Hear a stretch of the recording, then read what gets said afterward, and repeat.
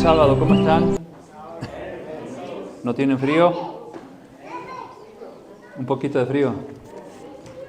No hace mucho nos quejábamos del calor, ahora del frío, pero ya va a cambiar un poquito la temperatura aquí. Gracias. Un par de anuncios antes del tema.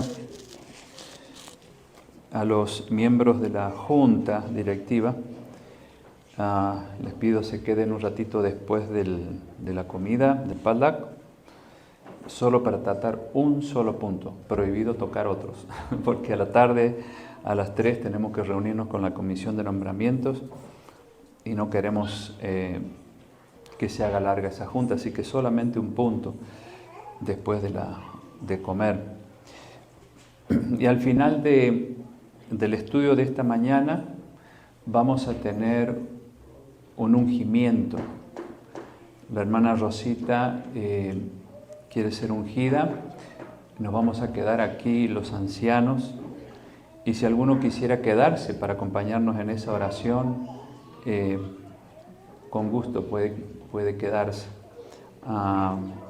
Lo que queremos es entregar la vida de Rosita en manos de Dios para que si es su voluntad pueda darle la sanidad que ella tanto necesita. Así que eso es lo que haremos después, antes de comer.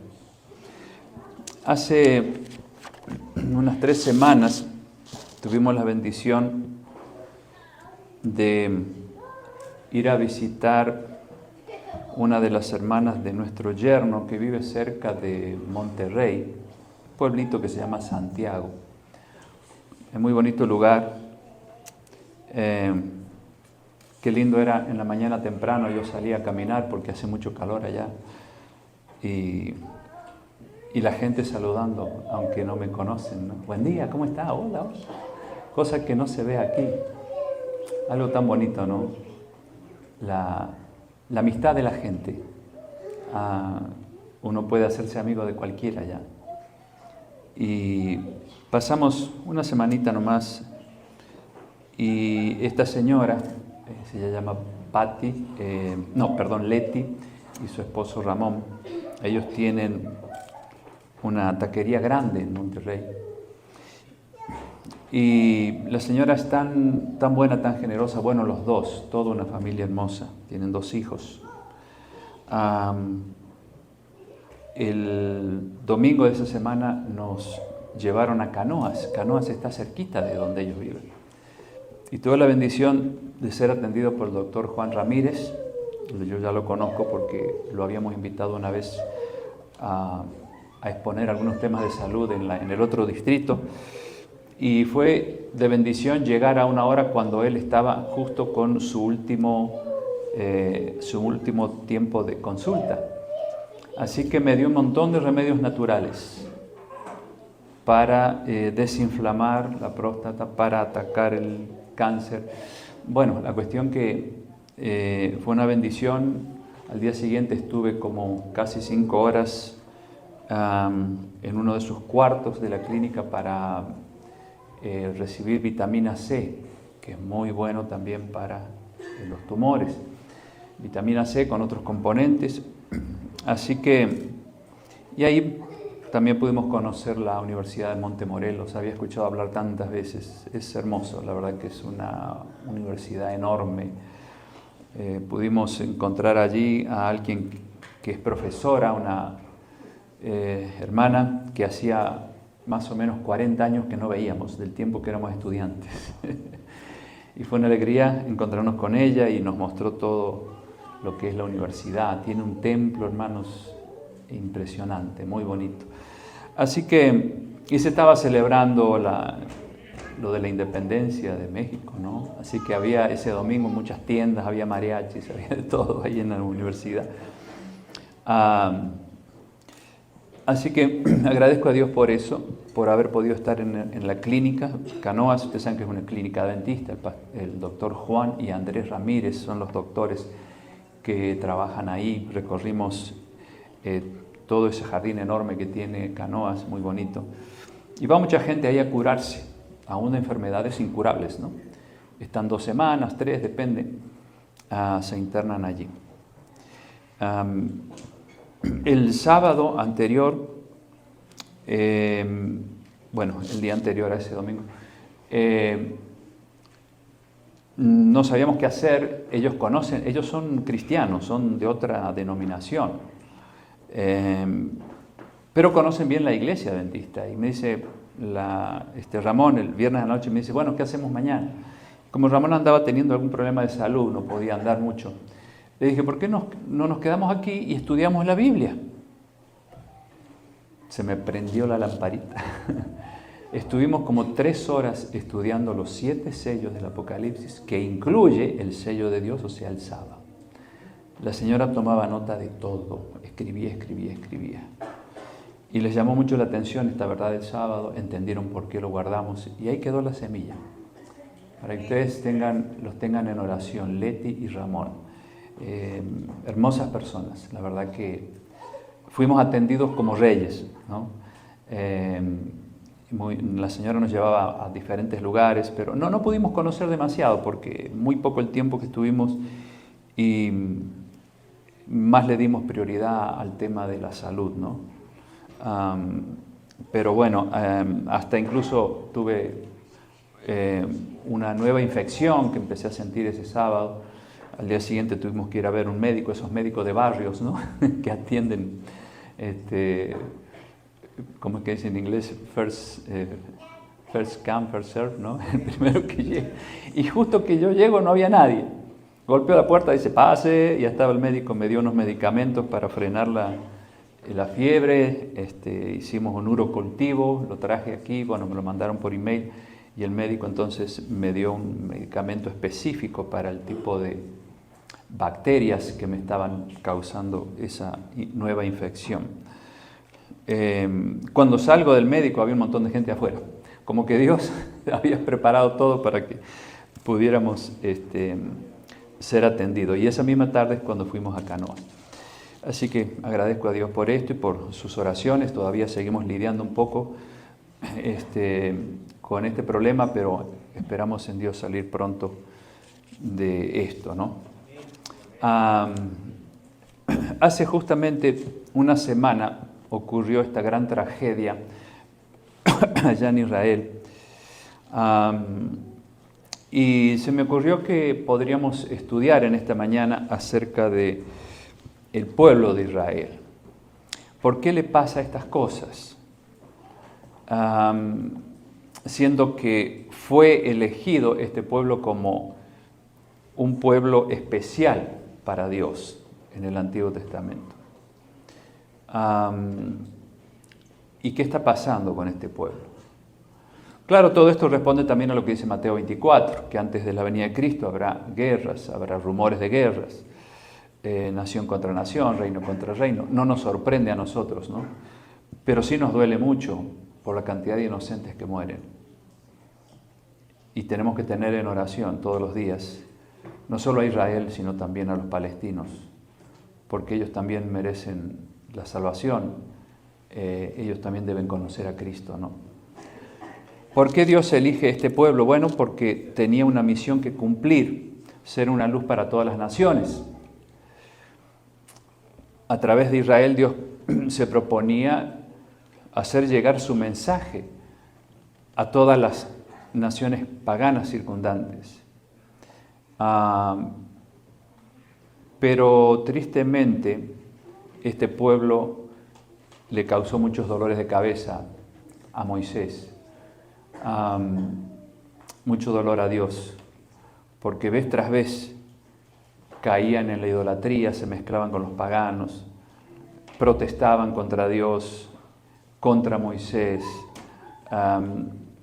y tristemente, a pesar de todas las bendiciones que Dios le dio, que las podemos ver especialmente cuando ellos son liberados de la esclavitud de Egipto, cómo Dios los fue cuidando a lo largo del desierto. Una nube los protegía del sol durante el día y una columna de fuego en la noche los protegía del frío, porque si bien en el desierto hace mucho calor, por la noche la temperatura es muy baja. El vestido de ellos no se gastó en 40 años, el calzado, nunca tuvieron que recurrir a calzado nuevo porque no había, y Dios se lo protegió. Y durante esos 40 años no se gastó ningún par de sandalias. Los alimentó con el maná. Y bueno, ¿cuántas cosas le dio? Pero tristemente, Israel, como pueblo escogido, no cumplió con el plan de Dios. Yo voy a citar muchos textos, claro, no los voy a leer porque nos llevaría mucho tiempo. Aquellos que tienen la buena costumbre de anotar, anoten, porque ustedes saben muy bien que lo que se anota no se olvida, para que los puedan leer en sus casas tranquilamente. Algunos los voy a mencionar así rapidito, en forma resumida, otros los vamos a leer. El primer texto que vamos a usar, el primer texto, está en Juan 1:11. Juan 1:11, ya en el Nuevo Testamento, se habla de este pueblo por el cual Jesús vino. Y allí dice, a lo suyo vino y los suyos ¿qué? No lo recibieron. Mateo 21, 1 al 11, se registra la entrada triunfal de Jerusalén. ¿Cuál era la esperanza que tenía el pueblo de Israel? Era una esperanza terrenal. ¿Qué querían ellos, los judíos? Ser liberados del poder del dominio de los romanos. No veían las cosas en el sentido espiritual. Y por eso, como Jesús no se postuló como rey de ellos, rey terrenal, pues los judíos se desanimaron, e incluso los discípulos, porque Jesús no había cumplido con esa misión terrenal que ellos esperaban. Jesús dijo, mi reino no es de este mundo. Pero no lo entendieron así. Y esa fue una de las razones por las cuales los israelitas ya en el Nuevo Testamento no lo aceptaron. Recuerden que habían pasado 400 años desde el último profeta que Dios levanta, que es Malaquías en el Antiguo Testamento, hasta San Mateo, cuando se empieza a escribir el Nuevo Testamento. Como que Dios ya se había cansado de advertirle al pueblo de Dios, de llamarle la atención, de tenerle misericordia, de darle tantas oportunidades para que fuese realmente el pueblo elegido, escogido, el pueblo que esparciera la luz del Evangelio en todo el mundo. Y lo vemos en el Nuevo Testamento, dormido nuevamente. A los suyos vino y los suyos no lo recibieron. Y con una mentalidad totalmente terrenal. Ahora, durante esos 400 años, hermanos, el diablo hizo estragos. Al no haber profetas, se crearon un montón de doctrinas humanas, paganas. Y entonces, contra esas tradiciones de hombres y enseñanzas humanas, Jesús tuvo que lidiar, especialmente con los fariseos, ¿no? Lo mismo pasó a lo largo de la historia con la Iglesia Popular, exactamente, se volvió a repetir lo mismo.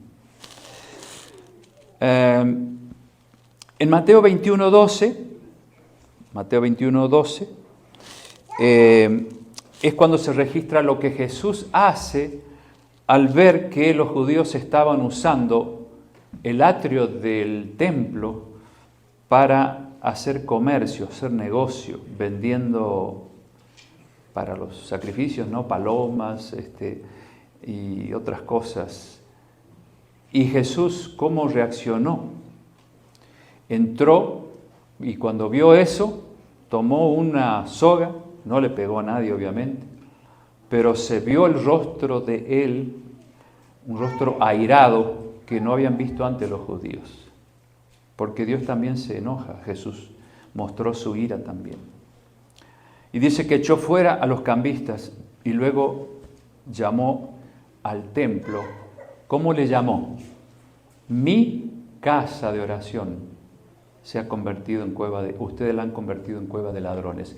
Recuerden esa frase, mi casa.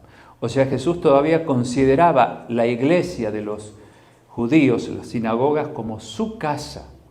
Todavía la gloria de Dios no se había retirado de su pueblo, a pesar de lo que ellos habían estado haciendo antes de Cristo, a pesar de las veces que caían en el pecado, en la idolatría, en el Antiguo Testamento. Todavía Dios no había retirado la Shekinah, que le llaman, la gloria de Dios, sobre este pueblo. Por eso Jesús le llama mi casa. Juan el Bautista, en Mateo 3:10 y también versículos 5 al 9, compara al pueblo de Israel con un árbol. Y él advierte a los saduceos y fariseos que si no daban fruto, ese árbol sería cortado y echado al fuego. O sea, ya Jesús, a través de Juan el Bautista, comienza a darle advertencias al pueblo de Dios. Tengan cuidado, ustedes son pueblo de Dios y Dios espera lo mejor, que produzcan frutos. Y ellos se jactaban de ser los descendientes, los hijos literales de Abraham. Pero no significaba nada para Jesús si ellos no producían frutos. ¿De qué servía ser hijos de Abraham si el plan de Abraham ellos no lo iban a continuar? ¿Recuerdan lo que le dijo Abraham?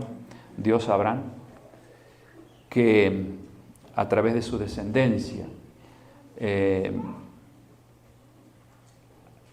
el número de los que se convertirían sería como las estrellas, ¿no? Pero esa responsabilidad el pueblo de Dios no lo cumplió. Después Jesús usa la metáfora del árbol también en Lucas 13, 6 al 9. Eso fue 3 años después de la predicación de Juan. Y aún Israel no había producido frutos, solo le quedaba un año en el ministerio de Jesús, un año para que la nación judía por fin recapacitara y cumpliera con lo que Dios les había pedido, que llevaran frutos, que cumplieran con su misión de ser luces para el mundo. En Mateo 21, 18 al 19, otra vez aparece allí un árbol, en este caso una higuera, y aún esa higuera que simbolizaba al pueblo de Israel no daba frutos. Ahora es interesante que en este texto, Mateo 21, 18 al 19, cuando Jesús vio que esa higuera no daba frutos, y que, repito, representa al pueblo de Israel, ordenó ¿qué cosa? Que nunca más produjera fruto. Y dice que este árbol, la higuera, se secó hasta las raíces. ¿Qué quiere decir esa parábola? Que el pueblo de Israel, que está simbolizado en esta higuera, le iba a pasar lo mismo. Se iba a secar hasta las raíces. Cuando un árbol está seco hasta las raíces, les pregunto, ¿hay oportunidad de que reverdezca, que produzca fruto? No, nunca más.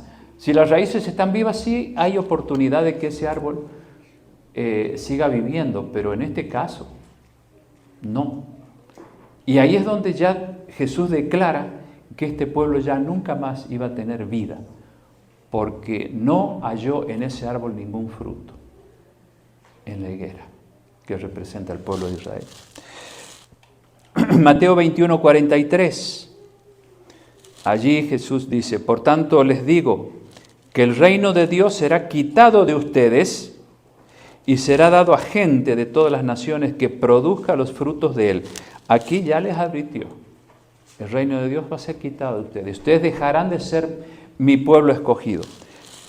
En el mismo Mateo 21, verso 44, Jesús advierte a los líderes religiosos que si no caían sobre la piedra para que sean quebrantados, esa piedra caería sobre ellos. ¿Se acuerdan de ese texto? Mateo 21, 44. ¿Qué les estaba queriendo decir a los israelitas? Si ustedes no hacen destruir su orgullo nacional sobre esta piedra que es Cristo, la piedra esta les va a caer a ustedes. Les pregunto, ¿les cayó la piedra? ¿Y cuándo fue? En el año 70, cuando el general Tito sitió la ciudad de Jerusalén y produjo una matanza espantosa de judíos adentro. Pero hubo judíos convertidos que huyeron a los montes, ¿se acuerdan? Y ni un pelo de ellos pereció. Ellos todos fueron protegidos por Dios porque habían aceptado a Jesús como su Salvador. El resto estaba dentro. Y como no salían, y pasaron muchos días, y el general Tito les dijo, salgan, salgan. Y aquel judío que salía, ¿qué hacían los judíos?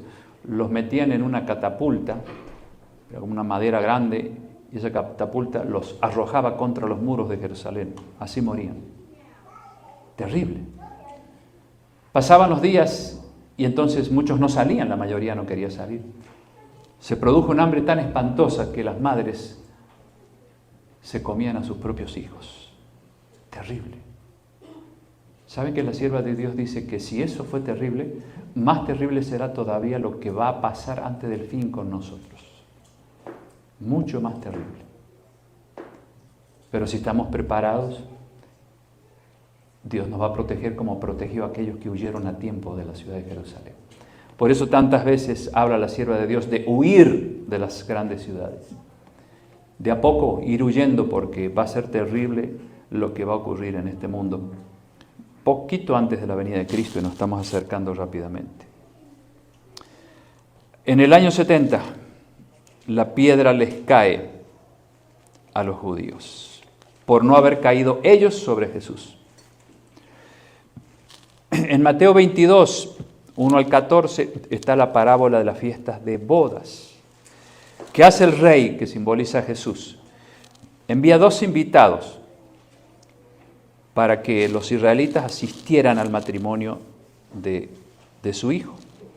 El primer llamado fue hecho en el Antiguo Testamento. No obedecieron. La segunda invitación o el segundo llamado fue en el Nuevo Testamento. Tampoco quisieron.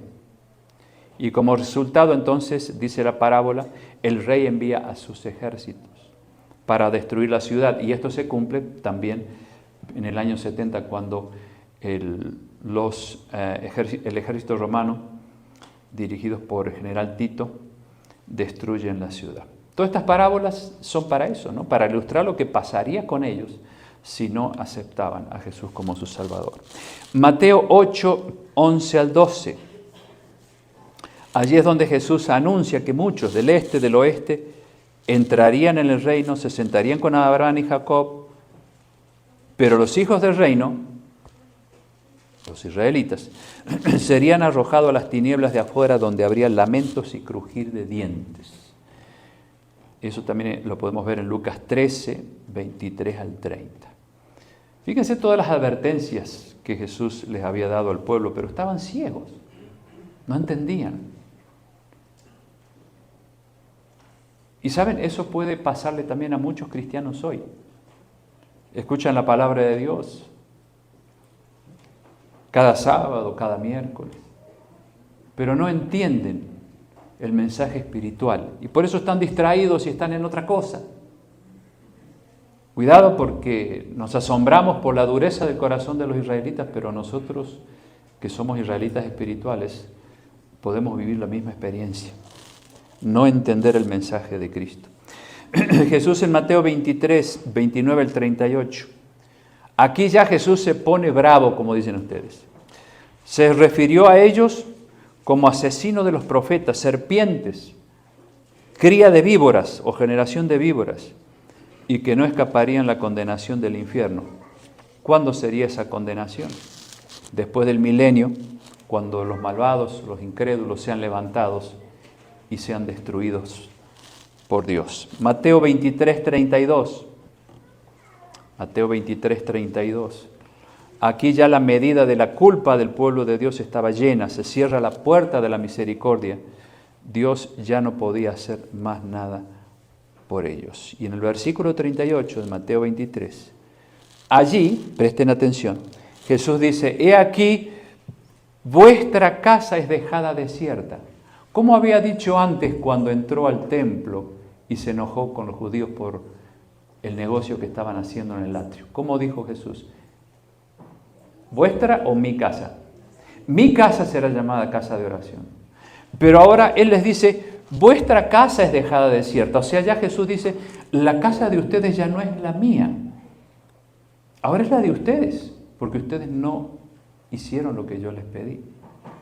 Vuestra casa os es dejada desierta. Ya estaba anticipando lo que les iba a pasar con el ejército de Roma.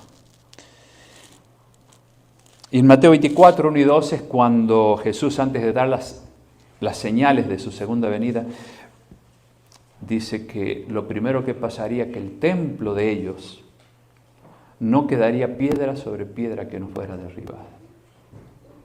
Y lo más sagrado de los judíos, ¿qué es en Jerusalén? El templo, que fue destruido 2 veces en el Antiguo Testamento. Y ahora están esperando construir el tercer templo, donde se encuentra actualmente la mezquita de Omar, que es una mezquita ¿de quiénes? De los musulmanes. Para ellos eso es una ofensa muy grande. Por eso ellos están hamacando ahí en el muro de Jerusalén, haciendo rezos y repitiendo oraciones. ¿Para qué? Para recuperar la gloria perdida. It's too late. Ya es tarde, ya es demasiado tarde. La gloria de Dios se retira en el Nuevo Testamento de este pueblo. Y por más que ellos sigan esperando y orando y todo eso, nunca se va a volver a construir el tercer templo. Entonces, cuando vamos a Apocalipsis capítulo 12, un capítulo muy conocido por nosotros, y lo hemos estudiado muchas veces, en el capítulo 12 ya se habla ahí de cuál es el plan de Dios. Ya no continuar con un pueblo duro de servicio, un pueblo que finalmente rechazó al Salvador del mundo. Incluso ellos lo llevaron a la cruz. Y fíjense, hermanos, antes de leer esto, qué interesante. El pueblo de Israel conocía la primera parte de la profecía de los 2300 años. Y la primera parte se compone por las 70 semanas proféticas, claro. Y la última semana de esa primera parte de los 2300 días o años, esa última semana se predice lo que pasaría con Jesús. El ungimiento de Jesús, el bautismo, 3 años y medio después la crucifixión y 3 años y medio después cuando se apedrea a Esteban y el pueblo de Israel sella su suerte. Y luego dijeron, no tenemos más rey que al César, no queremos ningún rey. Con eso ya estaban diciendo ellos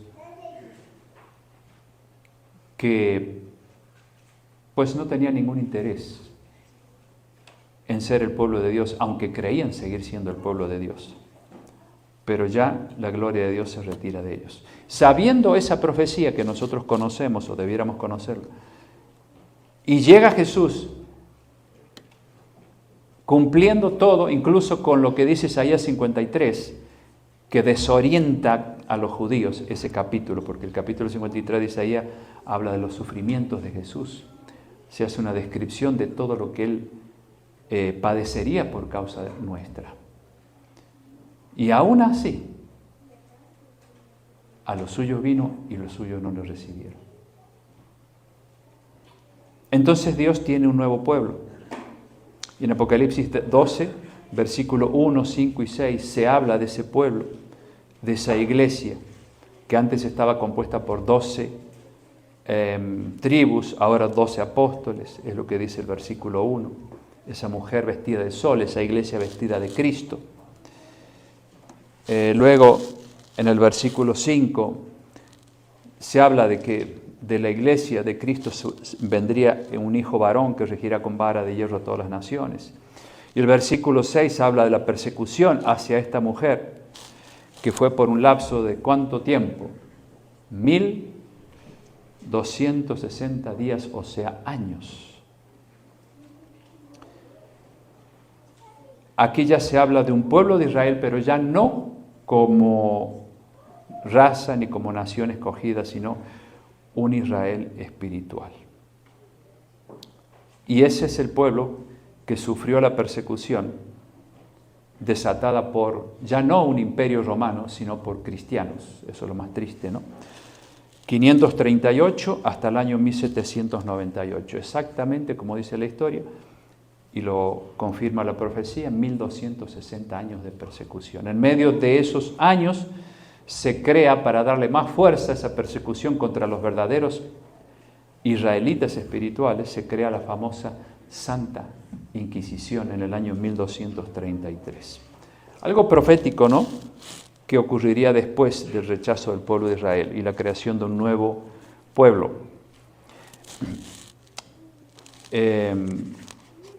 Seguimos avanzando con la historia triste de esta nación.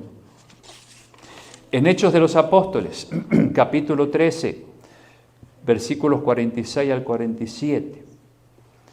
Allí dice: entonces Pablo y Bernabé dijeron: a ustedes a la verdad, refiriéndose a los judíos, era necesario que se les hablase primero la palabra de Dios. Pero puesto que ustedes la rechazaron y no son dignos de la vida eterna, mire con qué dureza les habla Pablo y Bernabé a los judíos. He aquí nos volvemos a los gentiles, es decir, a los incrédulos, a los paganos. Porque así nos ha mostrado el Señor diciendo: te he puesto para luz de los gentiles, a fin de que seas para salvación hasta lo último de la tierra. ¿A quiénes confía Dios entonces su mensaje? Ya no más a la nación judía, sino a los gentiles, a los incrédulos. Pero Jesús les había dicho a los apóstoles: empiecen ¿por dónde? A predicar. Por Judea, por Samaria. Hay que ir a buscar a las ovejas perdidas de Israel. O sea, si bien Dios rechazó a este pueblo, sin embargo no lo ha dejado de lado, no ha quitado su amparo, porque hay muchos judíos que se convirtieron después, en el tiempo de la iglesia primitiva. Muchos. Actualmente hay muchos judíos mesiánicos que han aceptado a Jesús como su Salvador. Y muchos, dice la sierva de Dios, se van a convertir antes de la venida de Cristo. Por eso, no porque este pueblo haya sido rechazado, se le haya quitado la gloria de Dios, ya está perdido. No, ellos también conocerán la verdad y muchos se apartarán del error y se unirán al pueblo de Dios. En Gálatas 3, versículo 26 al 29, dice Pablo lo siguiente: pues todos ustedes son hijos de Dios por la fe en Cristo Jesús, porque todos los que han sido bautizados en Cristo, de Cristo están revestidos. Y aquí viene lo interesante: ya no hay judío, ni griego, ni esclavo, ni libre, no hay varón ni mujer, porque todos ustedes son uno en Cristo Jesús. Y si ustedes son de Cristo, ¿qué dice después? Ciertamente linaje de Abraham son y herederos. ¿Somos linaje de Abraham? ¿Si hemos aceptado a Cristo como nuestro Salvador? Sí. ¿Somos israelitas espirituales? Sí. Somos judíos espirituales. ¿Dónde dice eso la Biblia? Romanos 2, 28 y 29.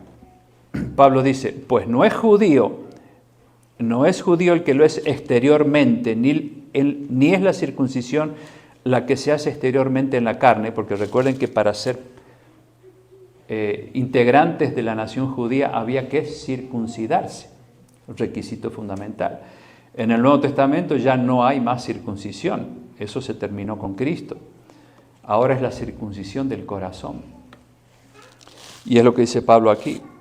Sino que es judío, dice él, el que lo es en lo interior. Y la circuncisión es la del corazón, en espíritu, no en letra. La alabanza del cual no viene de los hombres, sino de Dios. Ahí está clarito. En Romanos 9, 6 al 8, Pablo dice, no todos los que descienden de Israel son israelitas, ni por ser descendientes de Abraham. Son todos hijos, no. El orgullo de ellos era decir que somos descendientes de Abraham. Y aquí Pablo dice, no todos los que descienden son israelitas, ni siquiera porque digan ser descendientes de Abraham. No los que son hijos según la carne son los hijos de Dios, sino que los que son hijos según la promesa son contados como descendientes. Es decir, están los dos tipos de judíos, los que son externamente y los que son judíos en su interior. Y es lo que vale, dice San Pablo. En Juan 8, 37 y 38. Juan 8, 37 y 38. Jesús les dice a ellos, sé que ustedes son descendientes de Abraham, pero procuran matarme, porque mi palabra no haya cabida en ustedes. ¿De qué les sirve ser descendientes de Abraham si ustedes lo que quieren es matarme? Y en este mismo Juan 8, versículo 44, allí Jesús les dice algo muy fuerte, muy fuerte. Ustedes son del padre de ustedes, que es el diablo, y los deseos de él quieren hacer. Ustedes son de vuestro padre el diablo. Ya Jesús no anduvo con vueltas allí. Ahora, cuando vamos a este texto que vamos a leer ahora, que es profético, y lo vamos a leer, y ahí prestemos atención, hermanos, porque el mundo evangélico comprende este texto de una manera muy diferente y que no tiene nada que ver con lo que Pablo está diciendo. Segunda de Tesalonicenses capítulo 2, versículos 3 y 4. Texto que lo hemos leído muchas veces. ¿Qué dice allí Pablo? Hablando de la segunda venida de Cristo, ¿no? Nadie os engañe en ninguna manera, porque no vendrá Jesús, sin que antes venga la apostasía, es decir, el rechazo de la verdad, el darle la espalda a Dios. Y se manifieste el hombre de pecado, el hijo de perdición, el cual se opone y se levanta contra todo lo que se llama Dios o es objeto de culto, tanto que se sienta en el templo de Dios como Dios, haciéndose pasar por Dios. ¿Qué entienden muchos cristianos sobre este texto? Bueno, que en algún momento se va a reconstruir el templo en Israel, van a eliminar la mezquita de Omar de los musulmanes y ahí se va a construir el tercer templo. Y que entonces ahí se va a sentar este hombre de pecado, el anticristo. Por eso ellos están mirando más hacia Israel que hacia dónde. Que hacia dónde tendrían que estar mirando, hacia Roma. Porque el conflicto milenario entre el bien y el mal no va a terminar con los israelitas, sino con quiénes, con Roma y con este país, las dos bestias, los dos grandes imperios. Pero el mundo evangélico está engañado por el enemigo, haciendo que estén pendientes de ese tercer templo y del anticristo que dice San Pablo ahí, que se va a sentar.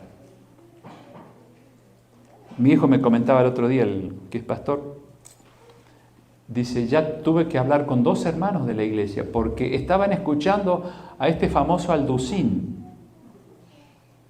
pastor bautista creo, un predicador muy seguido por la gente y muy creído, obviamente enemigo de los adventistas, ¿no? Y le dice mi hijo, hermana, ¿quién está escuchando usted? Ay, sí, estoy escuchando a Lucín, que el tercer templo allá, que se va a sentar el anticristo. No, hermano, por favor, estudie la Biblia, estudie la profecía. Eso es un engaño del diablo. Y con un joven también tuvo el mismo problema. Porque se ponen a escuchar a estos expositores y se comen el error. Porque no estudian. A veces creemos que la sabemos todas nosotros. Pero fíjense cuánto están cayendo. Y eso que recién, hace poquito empezó eso con él, ¿no? Él dio un tema similar el miércoles pasado en la iglesia de Garland, allá en Texas. Y ya se enteró al día siguiente de 2 personas que estaban pensando como piensan los otros. ¿Qué será de aquí a un tiempo más? Había hermanos que a la salida le decían, pastor, no sabíamos esto, gracias, estamos bien informados. Tenemos que saberlo, hermano. ¿A dónde tiene que estar nuestra mirada? Al lugar opuesto, no hacia allá. Ahora, fíjense en este detalle. 2 Tesalonicenses 2:4. Dice, tanto que se sienta en el templo de Dios como Dios haciéndose pasar por Dios. ¿Está hablando de un templo material? La palabra en griego que se usa aquí para templo es la palabra naos. Y naos es un templo espiritual, no es de piedra, ni de ladrillo, ni nada de eso. Y el resto del mundo evangélico cree que va a ser un templo de piedra, pero naos no es templo de piedra, es un templo cristiano. Y sabemos quién es este anticristo. No es un personaje futuro, sino que ya existe desde hace siglos.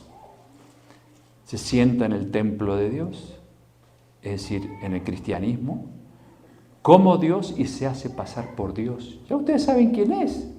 Si no lo saben, están en peligro, hermanos. Van a tener que estudiar Apocalipsis 13. ¿Quién es el anticristo? Ya sabemos quién es. El jefe de este sistema religioso que apostató, del cual se habla en Daniel 7:25. ¿Qué dice Daniel 7:25? Y hablará palabras contra el Altísimo, a los santos del Altísimo perseguirá. Y en tercer lugar, ¿qué haría? ¿Cambiaría qué? La ley de Dios. ¿Qué sistema religioso hizo eso? Ninguno, excepto la Iglesia de Roma. Entonces, hermanos, aquí no hay nada como que un anticristo va a venir y se va a sentar en un templo que no es templo material, como dicen los evangélicos. Este es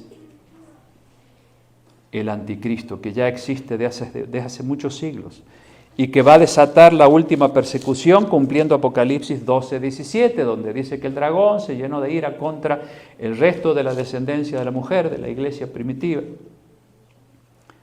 ¿Por qué se va a ir a hacer guerra? Porque guardan los mandamientos de Dios, que son 10 y no 9, y tienen el testimonio de Jesucristo. Aquí está la paciencia de los santos, Apocalipsis 14:12.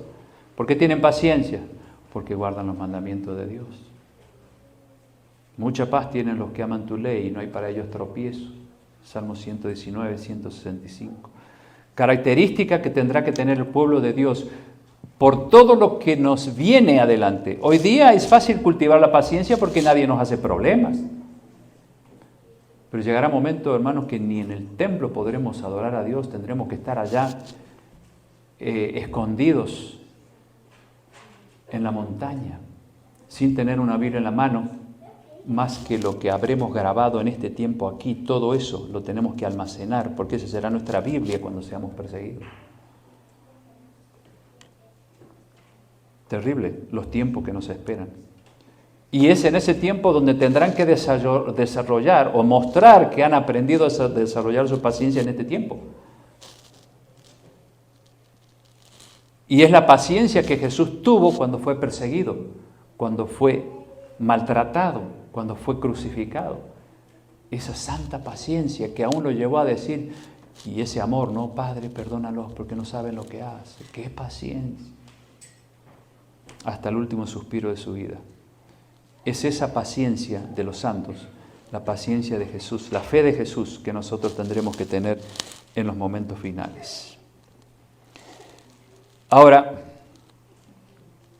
si los cristianos buscan al Israel literal para el surgimiento del anticristo, están buscando en el lugar cierto o en el lugar equivocado. En el lugar equivocado.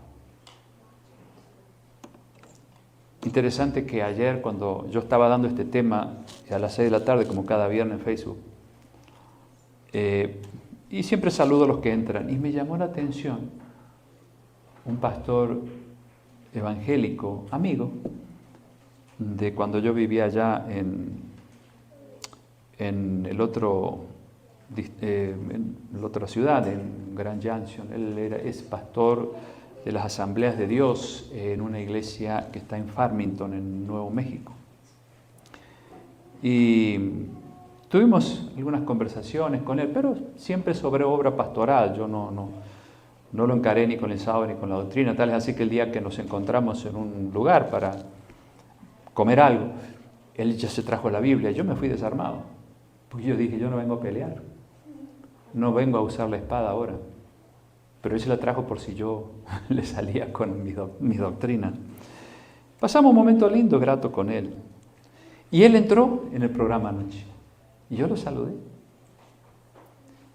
Y en una foto que vi anterior tiene aquí la bandera de Israel acá, ¿no? Como diciendo, hay esperanza para el pueblo de Israel, oremos por ellos. Yo no sé si se quedó a escuchar todo el tema, después le voy a escribir en privado a él, ¿no? Pero escuchó todito esto, hermanos. Ojalá que sea semilla para que él desvíe su mirada a donde la tiene puesta y mire hacia Roma.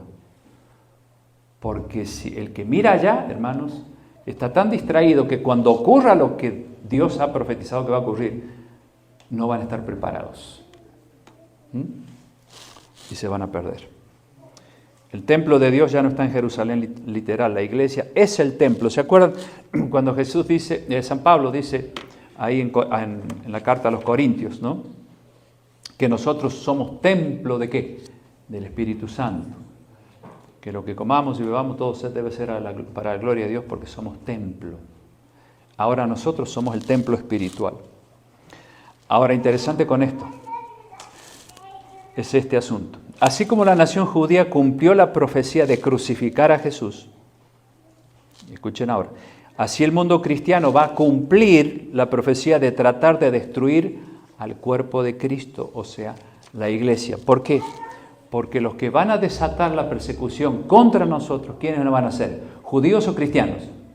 Cristianos. Y van a cumplir con lo mismo que hicieron los judíos.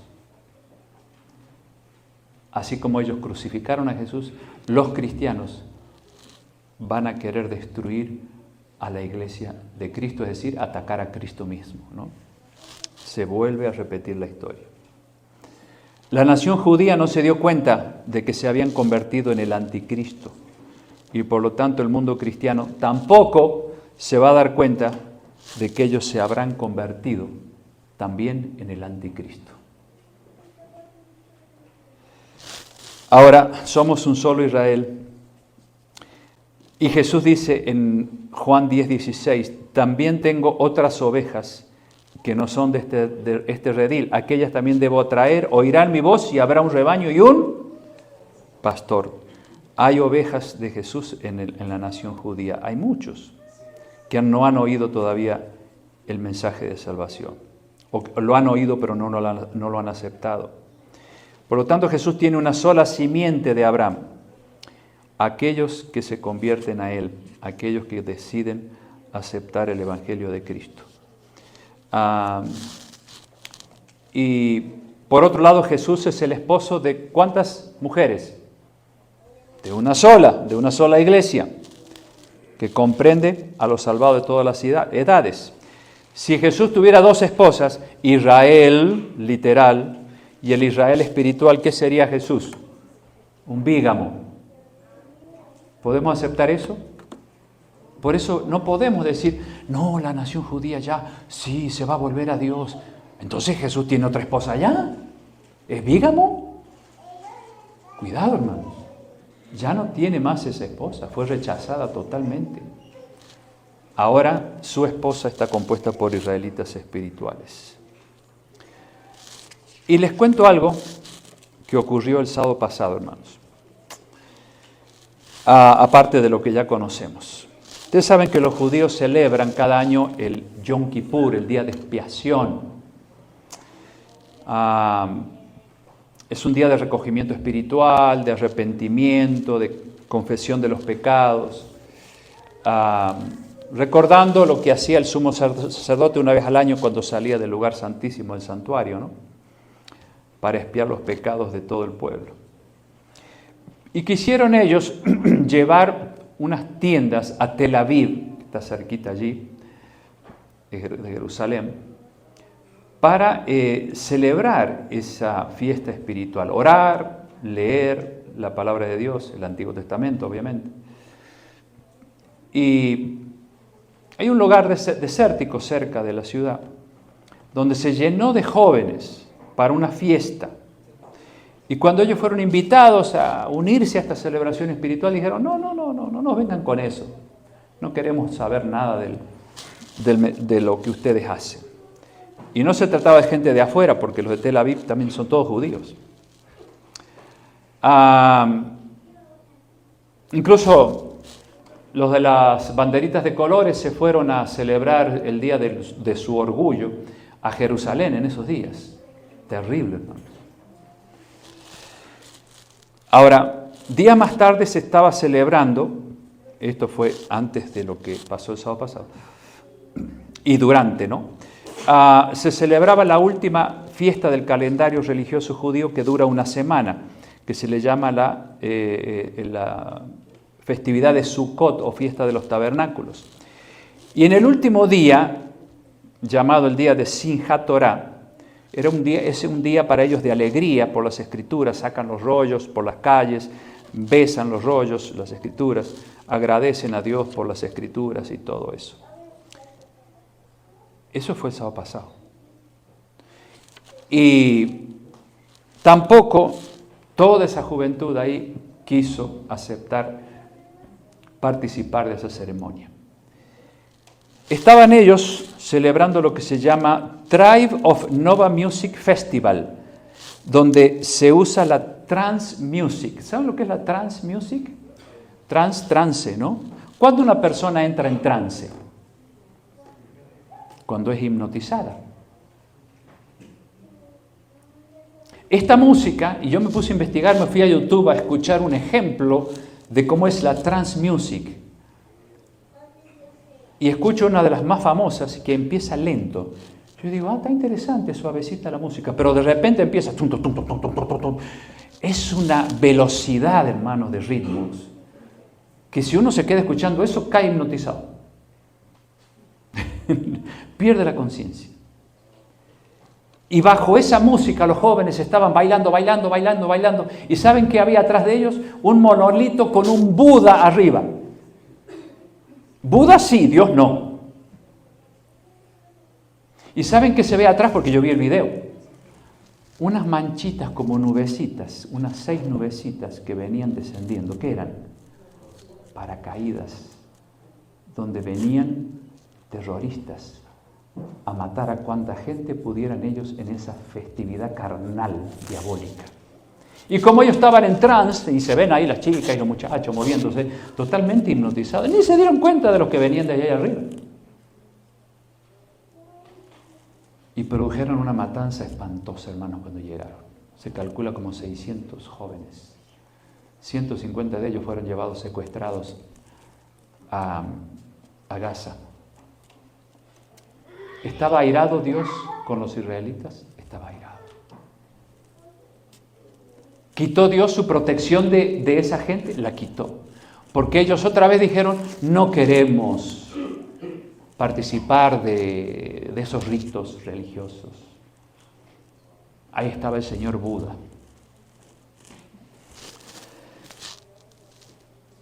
Y todavía muchos judíos se quejan diciendo, manden al Mesías para que arregle todos estos asuntos. Pero el Mesías vino y no lo recibieron.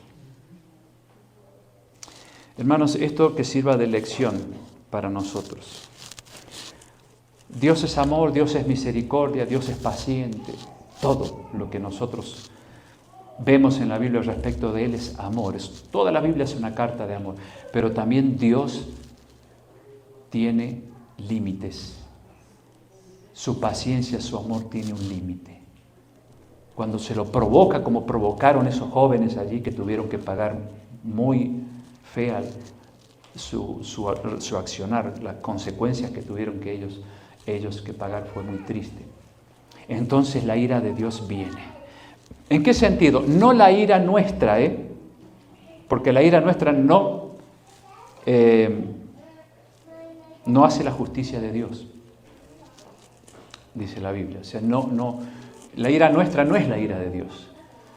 Dios está enojado con el pecado, no con el pecador. Pero cuando el pecador rechaza vez tras vez el amor y la misericordia de Dios, ¿qué hace Dios? Retira su protección. ¿Y quién es el que provoca los estragos que pasaron allá hace una semana con estos jóvenes? Satanás. ¿Por qué el mundo cada vez está peor? Porque el mundo está en contra de Dios. Y entonces el Espíritu de Dios se está retirando de la tierra y por eso da lugar a que el diablo pueda tener más libertad de actuar. No sobre los creyentes, no, el Espíritu Santo no se retira de nosotros, pero sí del mundo pecador. Y ahí tenemos un pequeño ejemplo de lo que pasó en ese valle, ahí en Tel Aviv, con esos jóvenes. Terrible, hermanos, terrible. Con Dios no se juega. Parecía, hermanos, un baile similar a lo que ocurrió ahí al pie del Sinaí mientras esperaban a Moisés. Un baile idolátrico. Un baile totalmente carnal, entregados a la droga y al alcohol que había en abundancia. Aparte la música que los hipnotizaba. El diablo preparó bien el terreno para hacer lo que hizo con ellos. Y así va a ocurrir antes del fin, hermanos. Otra vez se va a volver a repetir la historia, pero no en un lugar geográfico, en todo el mundo. Y para ese día tenemos que estar bien preparados espiritualmente, porque si no, vamos a participar del mismo destino que tuvieron estos jóvenes. Bueno, hermanos, espero que este tema nos haya abierto los ojos y no se nos ocurra estar mirando hacia el lugar equivocado. Pueblo de Israel como nación nunca más. Las raíces se secaron, hermanos. Ese árbol no puede tener vida. Pero hoy hay un Israel espiritual y nosotros tenemos la bendición grande de pertenecer a la nación de israelitas espirituales. Cumplamos con la misión que ellos no cumplieron, hermanos. Somos llamados a pregonar el Evangelio para que un día Dios nos dé el premio de la vida eterna. Nadie recibirá el sello de Dios, dice la sierva de Dios, a menos que haya trabajado abnegadamente por la salvación de las almas. Nadie recibirá el premio de inocente a menos que esté cumpliendo con la misión que Dios nos ha encomendado. Hermanos, trabajemos. No repitamos la historia de aquella nación, porque ustedes ven el triste final que tiene. Oremos por ellos. Muchos se van a convertir ante la venida de Cristo. Los amamos a ellos. Y yo he tenido oportunidad de conversar con ellos, pero no quieren aceptar a Cristo. Todavía lo están esperando. Yo le dije a un judío, eso fue en Aspen, le dije, pero escúchame, ya Jesús vino y tú no lo aceptas. No, lo estamos esperando, decía. Oremos por esa gente, hermanos. Oremos también por los enemigos de ellos, para que el Espíritu Santo toque sus corazones y pronto se termine esta tragedia tan triste que ya lleva una semana. Vamos a terminar, hermanos, con un canto. Que Dios nos ayude a ser fieles israelitas espirituales, para que cuando el Señor venga tengamos la bendición